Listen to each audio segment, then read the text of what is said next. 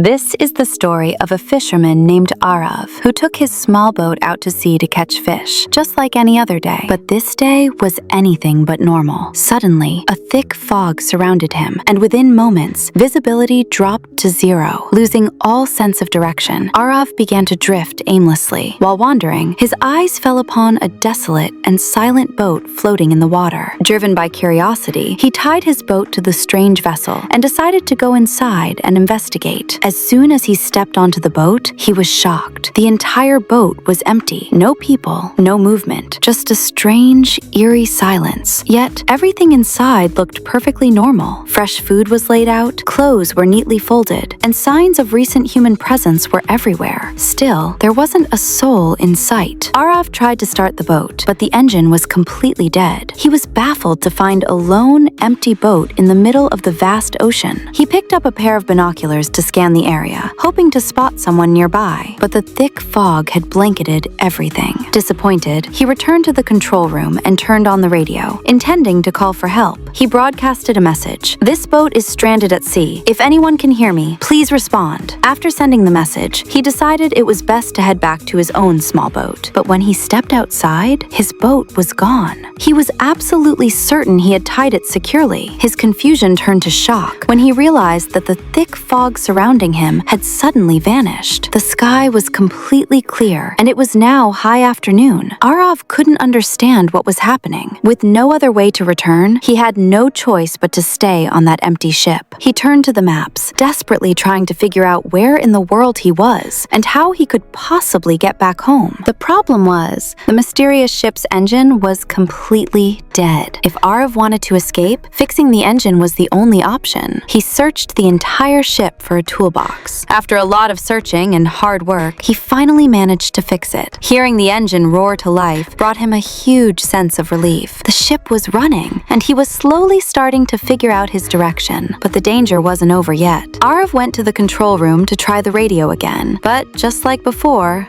there was no response. Silence and mystery still hung thick in the air. A while later, he came up to the deck. Suddenly, nature called. Since no one was around, he thought he'd just relieve himself over the railing. But the moment he leaned near the edge, someone pushed him hard from behind. He fell straight into the water. The situation was critical. The strong wind and water pressure made it nearly impossible to get back to the ship. But somehow, he grabbed onto a reel attached to the boat and saved himself from drowning. Summoning all his strength and courage, he pulled himself up using the line and managed to climb back onto the ship. Amidst this chaos, he still needed to use the bathroom, so he headed down towards the toilet. But as soon as he got there, the door slammed shut with a bang. Arav initially dismissed it as the wind, but when he tried to get out, he realized the door was locked tight. Now, he was genuinely terrified. He tried everything to open the door. He even took a coin from his pocket to try and jimmy the lock, but nothing worked. He started to feel that he wasn't alone on this ship. There was someone invisible, tormenting him at every turn. It felt like someone was playing a cruel game with him. In fear and panic, he shouted, "Please, whoever you are, open the door! I'm not a thief! I just came to look!" But the only answer was silence. He realized expecting help was useless. He somehow managed to make his way towards the cabin, and what he saw inside shook him to his core. There were bloodstains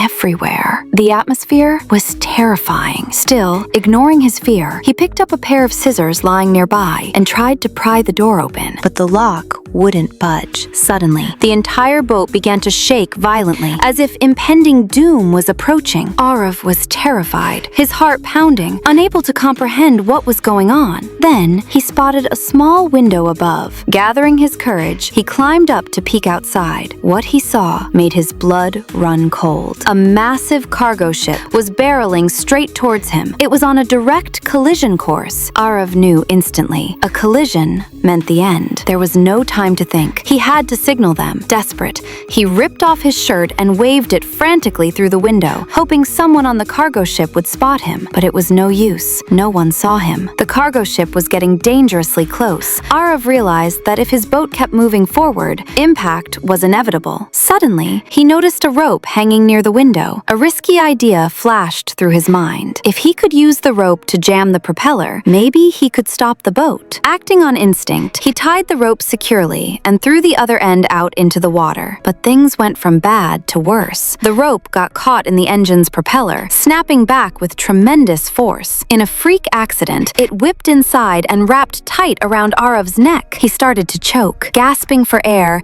his vision blurred, and he felt his final moments were near. On the brink of death, he mustered one last ounce of strength. He grabbed a nearby tool and frantically cut through the rope. Snap! He collapsed to the floor, gasping for air. His neck was raw and red. He had cheated death by a second. The rope, still tangled in the engine, slowed the boat down, but not enough. The massive cargo ship still clipped them. The impact was violent, shaking the small boat to its core. Arav lost his balance and was thrown across the room. He hit his head hard and blacked out instantly. When Arav finally came to, he found the bathroom completely flooded. But the most bizarre part? It wasn't salty seawater. It was crystal clear, fresh water. It felt like someone was deliberately playing twisted mind games, trying to terrify him. Broken by fear and helplessness, he collapsed again, sobbing and begging, "Whoever you are, please, just let me go." But again, only silence answered him. Arav was now weak from hunger,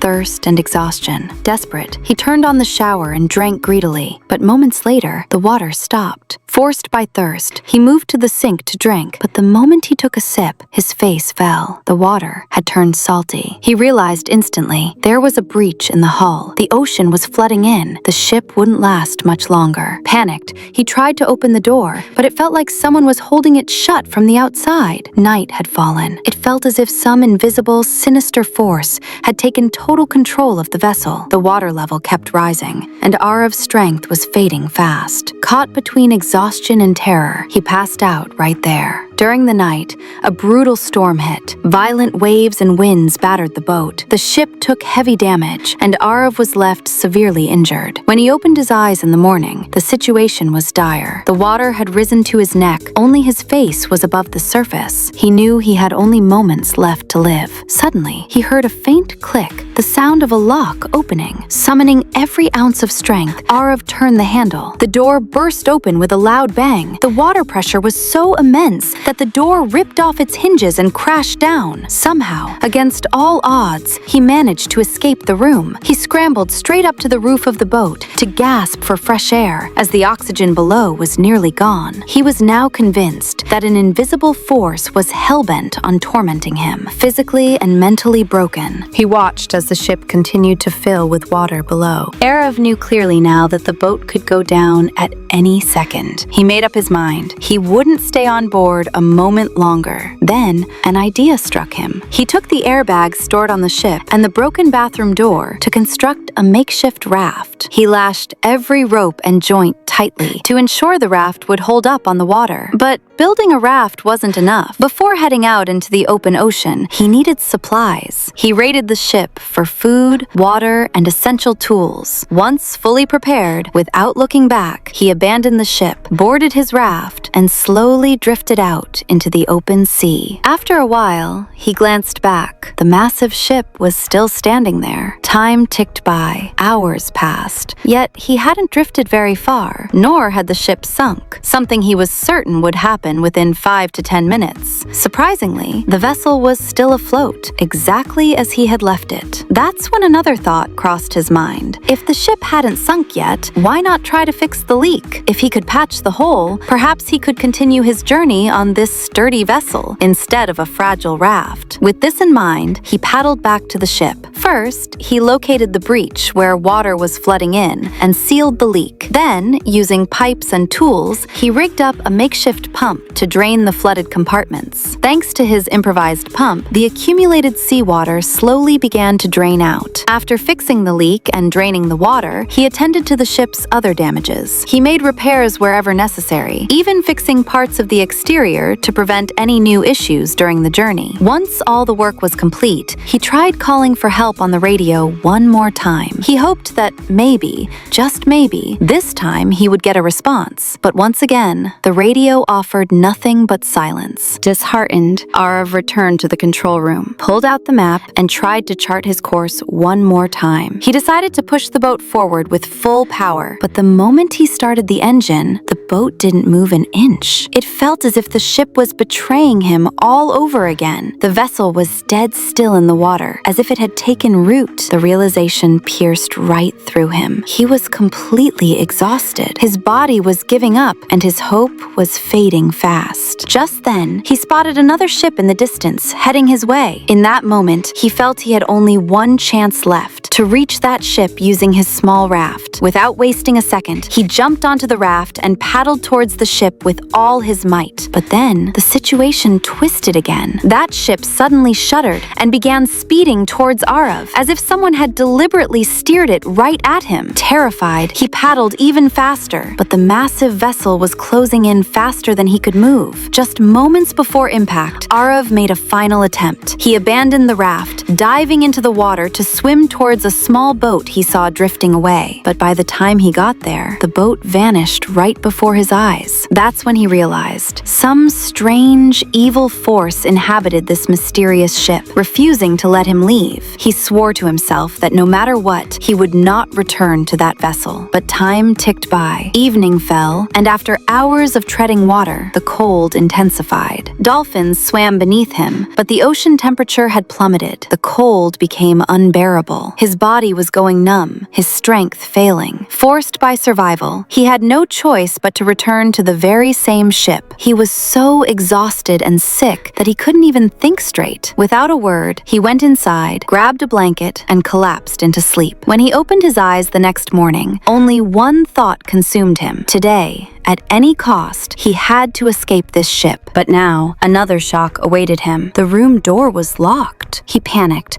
and slowly began to lose his grip on reality. He couldn't understand why this was happening to him. Just then, he noticed a small compartment in the room. As he opened it, he saw a path upwards, a ventilation shaft leading out. He climbed into the cramped storage area, but every time he tried to climb up, he slipped and fell back down. He was battered and bruised, but he didn't give up. After falling time and again, he finally reached the top and tried to push the vent window open, but it wouldn't budge. It felt like it had been deliberately sealed shut. Oxygen was running out fast. Breathing became a struggle. The door below was locked too, so he couldn't go back down. He began to feel that this was truly the end. But then, he heard that same mysterious click. The moment the vent window unlocked with that sound, Arav didn't waste a second and scrambled out. The fresh air brought him instant relief. Once out, he saw that the boat was drifting towards a small island. Seeing this, a spark of hope lit up in his heart. Maybe he would finally be free from this haunted boat forever. As soon as the boat hit the shore, he jumped off immediately. He was certain that whoever was responsible for all this was somewhere on this island. Fueled by anger and restlessness, Arav grabbed a stick and began searching the entire island. But soon, he was shocked. There was absolutely no sign of human presence anywhere. No footprints, no remnants of a fire, no signs of habitation. His fear and anger deepened with every step. As he reached the shore and looked out at the water, a terrifying new scene unfolded. The same mysterious boat that had brought him here was now moving away into the calm sea. It looked as if it was setting out to find another victim. Arav was now convinced that this boat and this island were controlled by some evil force. Only one thought occupied his mind. He had to escape at any cost. His life wasn't over yet. He wasn't going to give up. With this determination, he ventured inland and climbed to the island's highest peak. From there, he spotted another island in the distance, but it was too far to make out any details. As Arav wandered further, he unknowingly reached the other side of the island, but what he saw there left him stunned. It was the exact place where his journey had begun. Everything was exactly the same. His old boat was tied in the exact same spot, and the same people were there, as if nothing had changed at all. It felt as if time had stood still. Arav stood there, speechless. He couldn't believe that the terrifying ordeal he had just survived, the fear, the the nearness of death. Had it all really happened? But the biggest question remained. How did his boat get back here? And what was the truth about this island? The scene repeated itself. Same place, same boat, same people. He couldn't tell if this was reality or a nightmare. But one thing was clear. What he had gone through wasn't just an illusion. It was a terrifying truth.